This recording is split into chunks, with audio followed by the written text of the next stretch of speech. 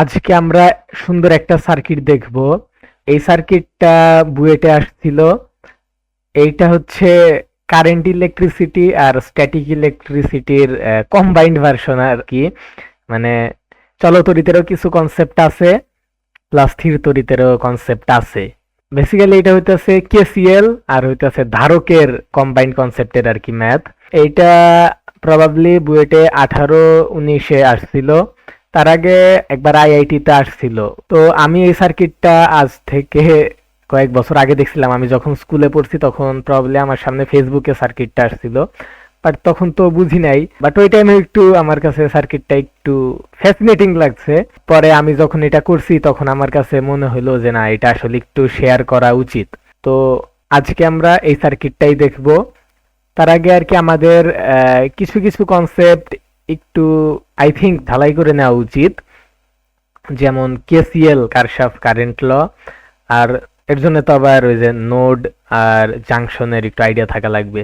তো আমরা প্রথমে কেসিএল আর জাংশনের আইডিয়াটাই নেব। নোড এবং জাংশন। নোড হচ্ছে সার্কিটে যে পয়েন্টে দুইটা ইলেকট্রিক্যাল এলিমেন্ট এসে মিলিত হয় তাকে হচ্ছে নোড বলে। আর সার্কিটের যে বিন্দুতে তিন বা ততোধিক, মানে এই জায়গায় তিন হওয়াটা ম্যান্ডেটরি, তিন বা ততোধিক ইলেকট্রিক্যাল এলিমেন্ট এসে যুক্ত হয় তাকে জাংশন বলে। মিনিমাম তিনটা থাকতেই হবে। আর আমরা কেসিএল কারশফ কারেন্ট ল কোথায় অ্যাপ্লাই করি? এই যে জাংশনে। এটা আর কি নোডে অ্যাপ্লাই করাও যা, না করাও তাই আর কি। জাংশনে আমরা কেসিএল অ্যাপ্লাই করব, ঠিক আছে। তো আমরা একটু যদি চিত্র দিয়ে নোড আর জাংশনটা দেখি আর কিরকম হয় সেটা একটু যদি দেখি। আচ্ছা, তো আমাদের বোঝার সুবিধার্থে আমি এই জায়গায় দুইটা সার্কিট ড্র করছি। নোডের এই জায়গায় এই যে A point, B point, C point, D point, এগুলা সবই কি এক একটা নোড। আর এই যে জাংশনে আমি তো ফার্স্টে তোমরা একটু ভিডিওটা পজ করে ট্রাই করবা যে আসলে কোনটা কোনটা নোড আর কোনটা জাংশন। দেন কমেন্টে কমেন্ট করবা। দেন তারপর আবার ভিডিও প্লে করে তুমি দেখবা আর কি, মিলাবা যে তোমারটা হয়েছে কিনা। এই জায়গায় জাংশন কোনটা কোনটা? এই যে সি পয়েন্ট জাংশন আর এফ পয়েন্ট। কারণ কি বলছিলাম যে তিনটা ইলেকট্রিক্যাল এলিমেন্ট এসে এখানে যুক্ত হয়। এই যে এই একটা রেজিস্টর সি পয়েন্টে আছে। তারপরে ধরো যে এই রেজিস্টরটাও, এটা একটু অন্য কালার দেই আমি, এটা কি কালার চেঞ্জ হবে? এই এই রেজিস্টরটাও সি পয়েন্টে কানেক্ট আছে। তারপরে এই রেজিস্টরটাও সি পয়েন্টে কানেক্ট আছে। তাহলে হইলো তো তিনটা না? এই রেড, এটা ব্লু, এটা ইয়েলোইশ, যে কোনো একটা কালার হতে পারে। এই তিনটা তো সি পয়েন্টে কানেক্ট হলো। তাহলে এই সি পয়েন্ট কি? সি পয়েন্টকে আমরা জাংশন বলতে পারি। সিমিলারলি এই যে নীল কালার, এই যে সরি, নীল কালার এই রেজিস্টরটা কিন্তু এফ পয়েন্টে কানেক্ট আছে। তারপরে এই রেজিস্টরটাও এফ পয়েন্টে আছে। আর একটা কি আছে বলো তো? সেটা হচ্ছে ব্যাটারিটাও এফ পয়েন্টেই কানেক্ট আছে। সেই জন্য আমরা এফ পয়েন্টকেও আমরা কি বলতে পারি? জাংশন। আর আমরা কেসিএল অ্যাপ্লাই, কারশফের সূত্র অ্যাপ্লাই করে আমরা কি করি? ব্রাঞ্চের কারেন্ট বের করি, ঠিক আছে। এটাই তো কারশফের সূত্র অ্যাপ্লাই করে আমরা কোন একটা ব্রাঞ্চের কারেন্ট বাইর করি।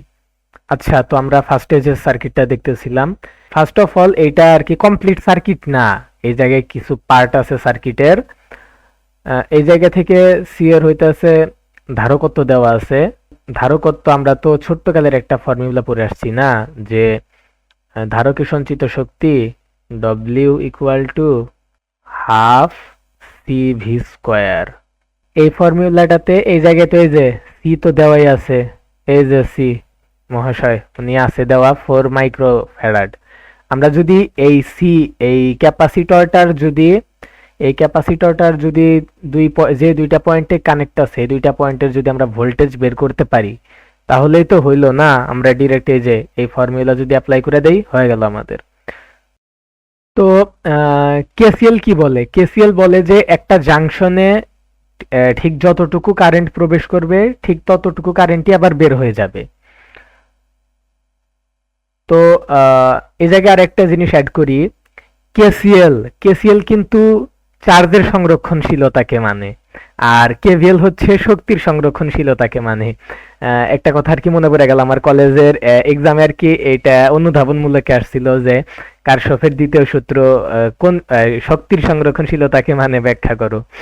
আচ্ছা ঠিক আছে, এই জায়গায় আমরা একটু পয়েন্টের নামগুলা দিয়ে নেই, তাইলে একটু প্রবলেম আমাদের সুবিধা হবে। এ পয়েন্টে এই যে 3 অ্যাম্পিয়ারের একটা কারেন্ট আসতেছে, 3 অ্যাম্পিয়ারের কারেন্ট আসতেছে, আর হইতাছে এই যে এই দিক থেকে 2 অ্যাম্পিয়ারের কারেন্ট আসতেছে। তো এই যে এই দিক দিয়ে কারেন্ট আসতেছে, একটা এই দিক দিয়ে কারেন্ট আসতেছে, এই যে এই পয়েন্টে এই জাংশনে তো এই দুইটা কারেন্টই প্রবেশ করতেছে না, তো বের তো হওয়া লাগবে। কারশফের প্রথম সূত্র তো তাই বলে না, এটা তো আর হাওয়া হয়ে যাইতে পারে না, আধানের সংরক্ষণশীলতাকে মানতে হবে।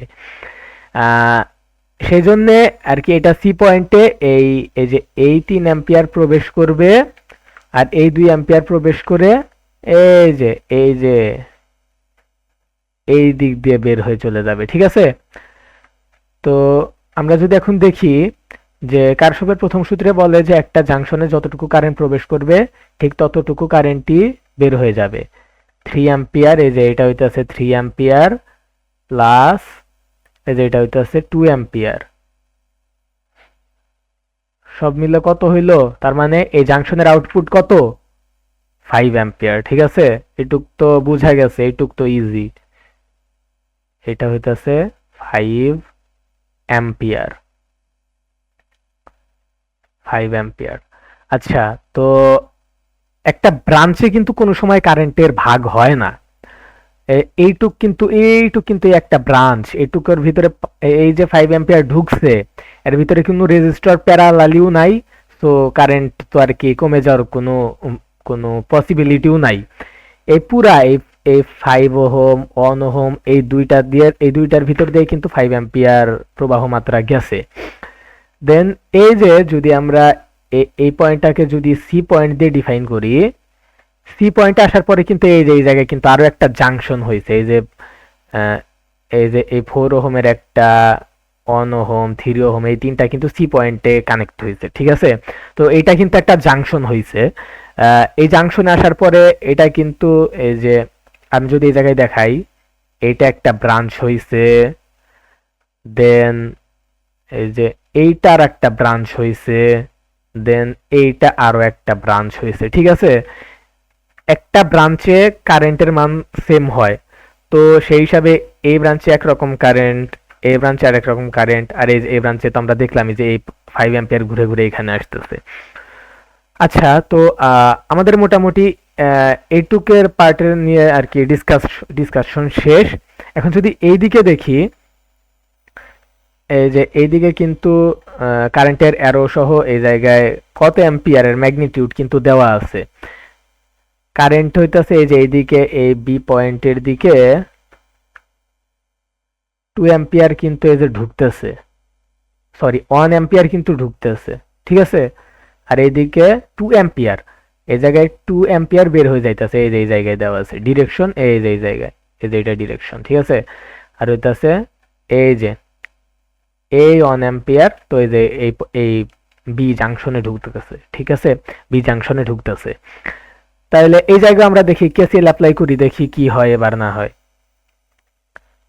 তো চলো আমরা কেসিএল অ্যাপ্লাই করি। কেসিএল কি বলে আরেকবার একটু আমরা বলি। কেসিএল একটা জাংশনে যতটুক কারেন্ট প্রবেশ করবে ঠিক ততটুক কারেন্টই বের হবে।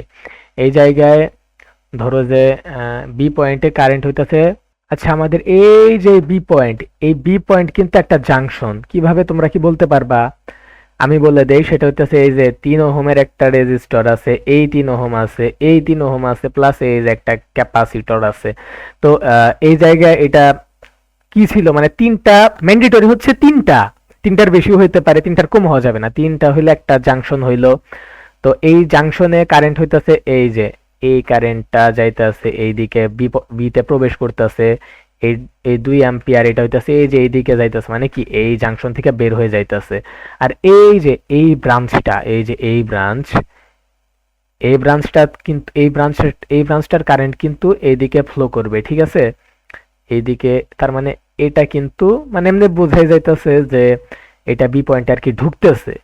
তো আমরা যদি এই বি জাংশনে যতগুলা কারেন্ট ঢুকতেছে এটা যদি আমরা কি কালার দিয়ে মার্ক করি, ধরো যে ইয়েলো কালার দিয়ে যদি মার্ক করি, এই যে এই কারেন্টটা ঢুকতেছে আর এই এই এই ব্রাঞ্চের কারেন্টটা ঢুকতেছে, এই দুই ব্রাঞ্চের।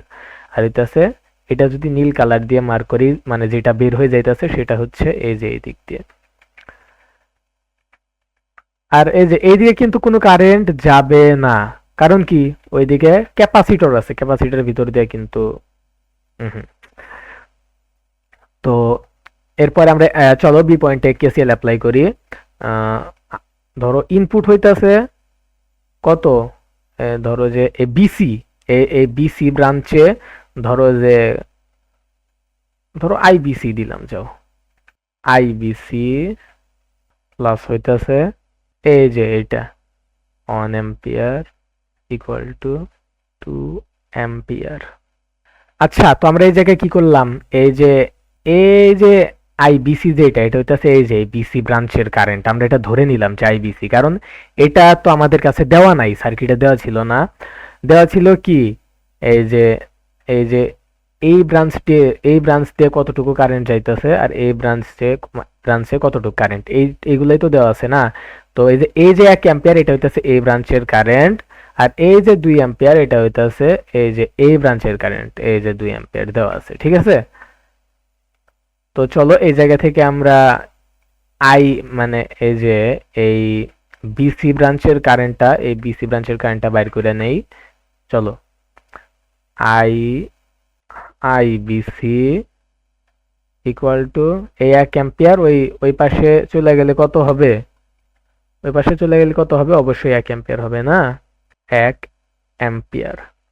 এইটুক হোপফুলি বোঝা গেছে। এরপর আমরা সার্কিটটাকে একটু মুছে, আমাদের ডেস্টিনেশন হইতেছে এই ক্যাপাসিটরের 2 পয়েন্টের ভোল্টেজ আর কি বের করা, ভোল্টেজ ডিফারেন্স। তো এটা তো আমরা যদি এই জায়গায় যদি কারেন্ট পাই, তো তাইলে তো আমরা ওহমের সূত্র অ্যাপ্লাই করে অবশ্যই ভোল্টেজ ড্রপ বের করতে পারি না। আচ্ছা, তো এই জায়গায় আমি সার্কিটটাকে আবার সবকিছু মুছে এই জায়গায় আমি এই দুইটা ব্রাঞ্চের কারেন্ট আর কি আমি দুইটা আলাদা কালার দিয়ে ডিরেকশনও দিয়ে দিছি, কত অ্যাম্পিয়ার ওই যে আমরা কেসিএল অ্যাপ্লাই করে যে বের করলাম। তো আরেকটা ছোটবেলার সূত্র এই জায়গায় আমাদের ইউজ করতে হবে, এটা হচ্ছে ওহমের সূত্র, I equal to V by R. এই জায়গায় এই এ আর কি, এ আর হইতেছে প্রবাহ মাত্রা, এই জায়গায় আর তো রেজিস্টর, আর ভি কি, আচ্ছা তোমরা কি আমাকে বলতে পারো যে এই ভিটা কি বিভব নাকি বিভব পার্থক্য? অবভিয়াসলি বিভব পার্থক্য, এই জায়গায় কিন্তু কনফিউজ হওয়ার কোনো কিছু নাই, অবশ্যই এটা কি বিভব পার্থক্য, ঠিক আছে। তো এবার আমরা ওহমের সূত্র অ্যাপ্লাই করব। আচ্ছা, ওহমের সূত্রানুসারে এই ব্রাঞ্চটার কারেন্ট কত, কারেন্ট আমরা তো পাইছি, চলো ওহমের ফর্মুলা অ্যাপ্লাই করি।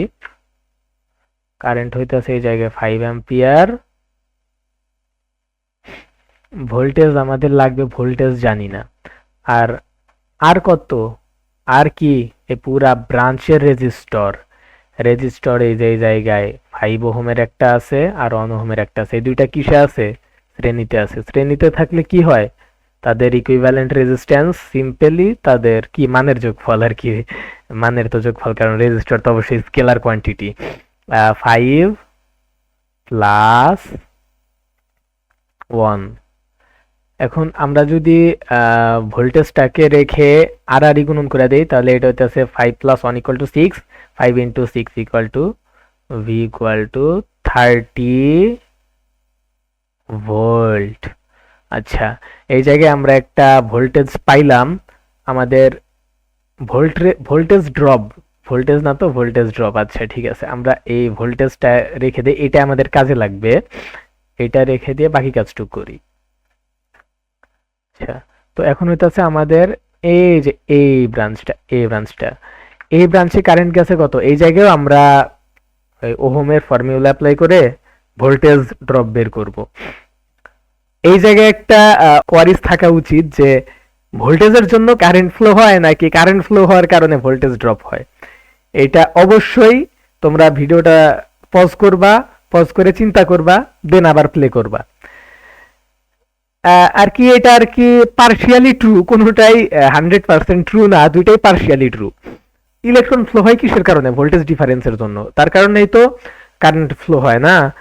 আর ব্রাঞ্চে রেজিস্টরের ভিতর দিয়ে যখন কারেন্ট ফ্লো হয় তখন সেটা ভোল্টেজ ড্রপ করে। রেজিস্টর আর ব্যাটারি এই দুইটা কিন্তু আর কি মানে দুইটা অপোজিট আর কি বলতে পারো।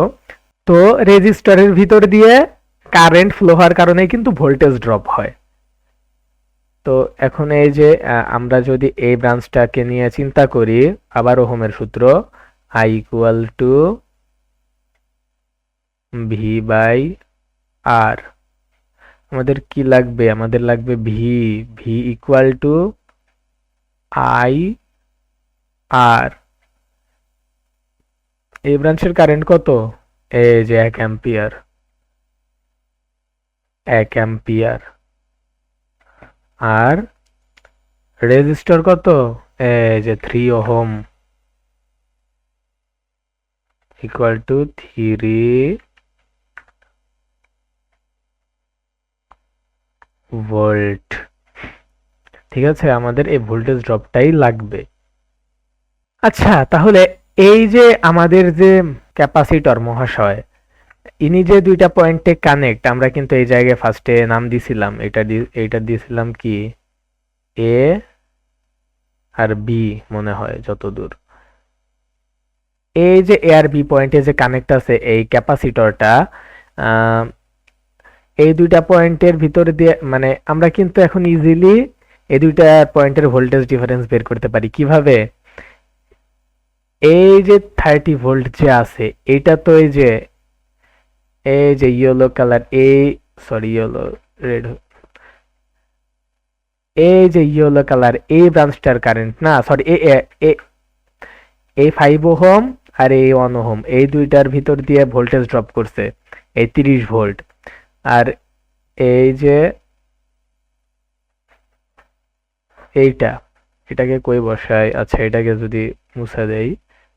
সিমিলারলি এই যে এই 3 ওহমের ভোল্টেজ ড্রপ কত? এই যে এই 3 volt. V equal to I R.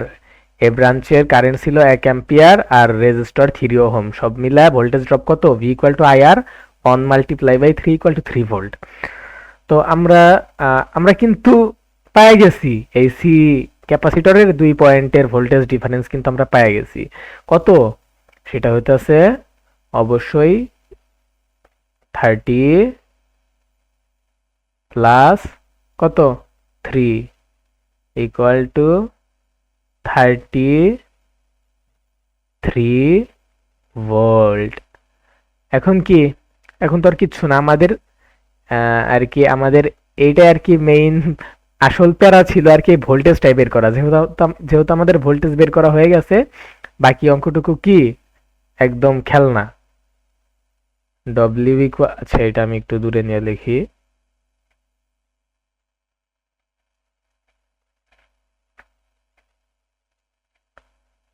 W equal to half C V square.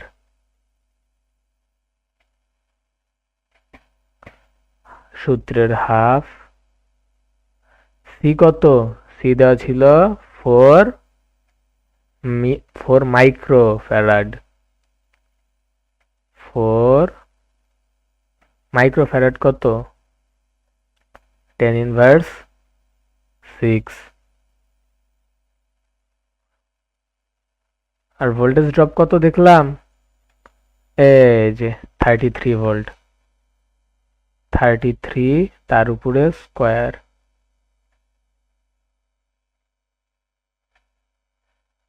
Finally এখন যদি আমরা অ্যান্সারটাকে নিয়ে আসি, অ্যান্সার হইতেছে কত?